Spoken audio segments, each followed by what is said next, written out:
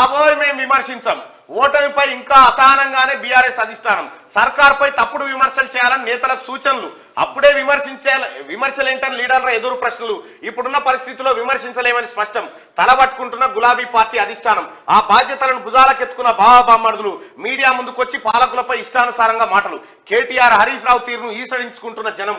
ఇక వీళ్ళు ముగ్గురు కలిసి ఏం చేస్తున్నారంటే ఎమ్మెల్యేలు చెప్తారు, మీరు ప్రభుత్వం మీద విమర్శించారంటే ఇక ఇజ్జత్ పోతుంది సార్, ఇప్పుడే విమర్శిస్తే తిట్టేటట్టు జనము, నెల రోజులు కూడా కాలే అని ఉల్టా చెప్తున్నారట.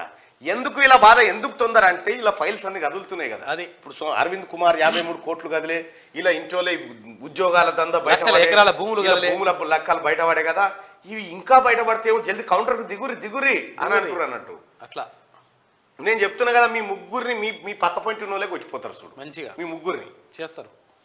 మెట్రో విస్తరణ పోలీసు వాళ్ళకు కూడా అవకాశం ఇయ్యారు, ప్రభుత్వానికి కూడా ఇయ్యారు అవకాశం.